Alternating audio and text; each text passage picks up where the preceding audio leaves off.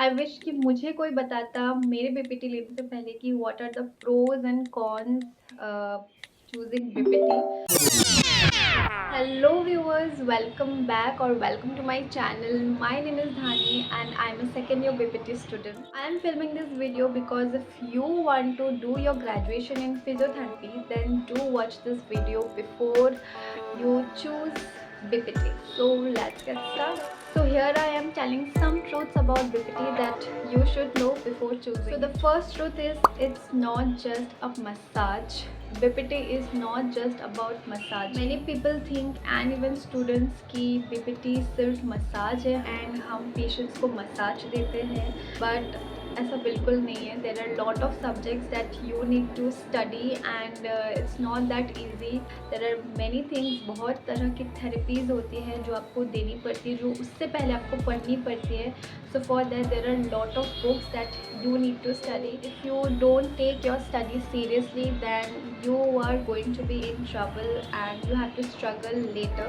अगर आप serious हो इस कोर्स के बारे में तभी आप आओ. So the second truth is anatomy physiology is not a joke. Anatomy physiology is huge and यही दो subjects है जो आपको आगे जाके आपका बेस बनाएगा. एंड इस दो सब्जेक्ट्स को अगर आप अच्छे से पढ़ोगे, अगर आप अच्छे से इन डेप्थ नॉलेज लोगे, तो तभी आपका बेस अच्छा हो के आप और टफर सब्जेक्ट्स अच्छे से पढ़ पाओगे. क्योंकि बहुत सारी चीज़ें रहती है. Anatomy is about knowing the name of bones, muscles, nerves, origin, insertion. तो बहुत सारी चीज़ें रहती है. फिजियोलॉजी में आपको ह्यूमन बॉडी कैसे काम करती है अंदर से, फिजियोलॉजिकली क्या क्या चेंजेस आते हैं. These are the things that you need to know. It's not about surface level study, you have to go in depth. मैं ये इसलिए बोल रही हूँ बिकॉज मुझे भी ऐसे कभी कभी थोड़ा रिग्रेट होता है कि अगर मैंने भी थोड़ा सा ज़्यादा फोकस दे दिया होता एनाटॉमी फिजियोलॉजी में तो मेरा बेस और अच्छा होता. फर्स्ट ईयर में आप अपना बेस क्लियर करना, these two are very important for your upcoming years. So ये दो सब्जेक्ट्स में आप अपना ट्राई करो कि अपना बेस एकदम अच्छा रखो, एकदम प्रॉपर स्ट्रॉन्ग रखो. Then the third truth is physical and mental exhaustion is real. Yes, it is very important कि आप अपना mentally and physically ध्यान रखो. मैं आपको बताती हूँ physically क्यों आप exhaust होते हो. बिकॉज आप लैब्स में घंटों घंटों तक खड़े रहते हो, आपको एक्सपेरिमेंट्स देखने होते हैं.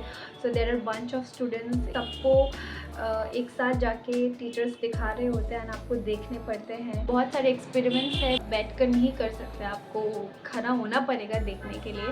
पैर दुख जाते हैं, आपकी हील्स जो है वो एकदम पेनफुल हो जाते हैं. फिज़िकली स्ट्रॉन्ग होना इसीलिए भी इम्पॉर्टेंट है क्योंकि जब हम लोग लैब में एक्सपेरिमेंट करते हैं तो कोई एक मॉडल बनता है, इसके ऊपर हमें एक्सपेरिमेंट्स करने होते हैं. तो अगर आप फिज़िकली स्ट्रॉन्ग नहीं हो, it will be difficult for you. आप जल्दी एग्जॉस्ट हो जाओगे, आप जल्दी टायर्ड हो जाओगे. आपको बेटर कि आप एटलीस्ट घर में कुछ वर्कआउट करो या फिर एक्सरसाइज करो या फिर जिम जाते हो तो well and good, so that आप अपना स्ट्रेंथ भी बढ़ा पाओ. एंड मैं यूजुअली होम वर्कआउट्स ही कर रही हूँ अभी तक. मेंटल एग्जॉशन का मतलब ये है कि वर्कलोड बहुत ज़्यादा हो जाता है जब आप फर्स्ट ईयर से सेकेंड ईयर में आते हो. सो मैं जबकि सेकेंड ईयर में हूँ तो मैं उस एक्सपीरियंस के हिसाब से बता रही हूँ. सेमिस्टर के साथ साथ आपका लोड भी बढ़ता है. बहुत सारी कॉलेज वर्क्स होती है, बहुत सारे पेंडिंग वर्क्स होते हैं जो आपको देने पड़ते हैं. And let me tell you, ये सारे पेंडिंग वर्क्स एग्ज़ाम के टाइम ही आते हैं.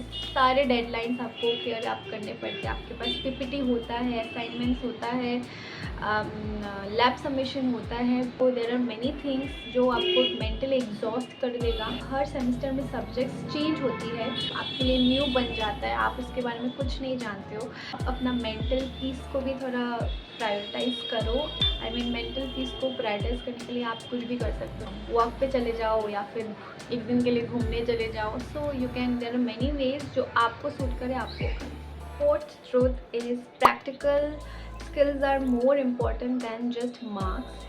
I won't say कि मार्क्स इम्पॉर्टेंट नहीं है. एक सर्टेन अमाउंट ऑफ SGPA भी ज़रूरत है, बट आप मार्क्स से ज़्यादा आप प्रैक्टिकल स्किल्स में एंड अपने थ्योरी में भी फोकस करना. प्रैक्टिकल स्किल्स भी इम्पॉर्टेंट है. ऐसा मैं इसीलिए कह रही हूँ क्योंकि आप जब लैब में एक्सपेरिमेंट करोगे आप या फिर थेरेपी दोगे तो ड्यूरिंग एग्ज़ाम्स वो सब आएंगे एंड आपका प्रैक्टिकल नॉलेज चेक करेंगे कि आप प्रैक्टिकली कितने अटेंटिव हो, आप प्रैक्टिकली कितना कर सकते हो, आपका हैंड्स का मूवमेंट कितना अच्छा है।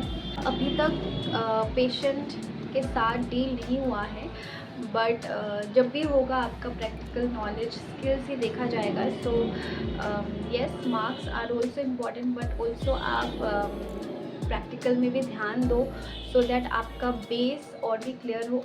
थ्योरी जब आप पढ़ते हो, थ्योरी के साथ जब आप प्रैक्टिकल को मिलाते हो, वेरी इजी टू अंडरस्टैंड कि आप क्या पढ़ रहे हो एंड आप क्या अप्लाई कर। And the very last but not the least truth is it's not an easy medical. इतना ईजी नहीं है जितना लोगों को लगता है।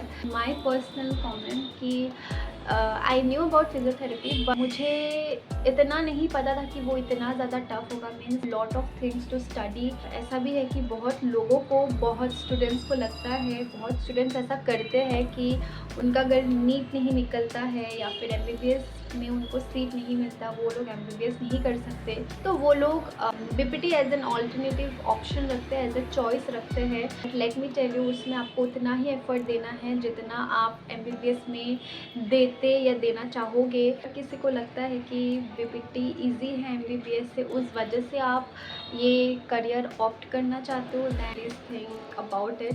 फिजियोथेरेपी इज़ अबाउट मूवमेंट, कि हम विदाउट मेडिसिन, हम with movement, with exercises patient को कैसे रिकवर कर सकते हैं। इट्स मोर अबाउट रिकवरी, उसके बायोमैकेनिक्स को कैसे ऑल्टर करके हम उनको एक अच्छे रिकवर पोजिशंस में ला सकते हैं। These are some truths that I felt that you need to know before choosing BPT as a career. Hope इस वीडियो से आपको थोड़ा बहुत हेल्प मिला होगा। Oh yes, if you want more such related videos, आपके सजेशन में कुछ और टाइप के वीडियोस है जो आप चाहते हो कि मैं बनाऊँ, BPT अराउंड रिलेटेड वीडियोस अगर आप देखना चाहते हो, then please comment below and till then bye.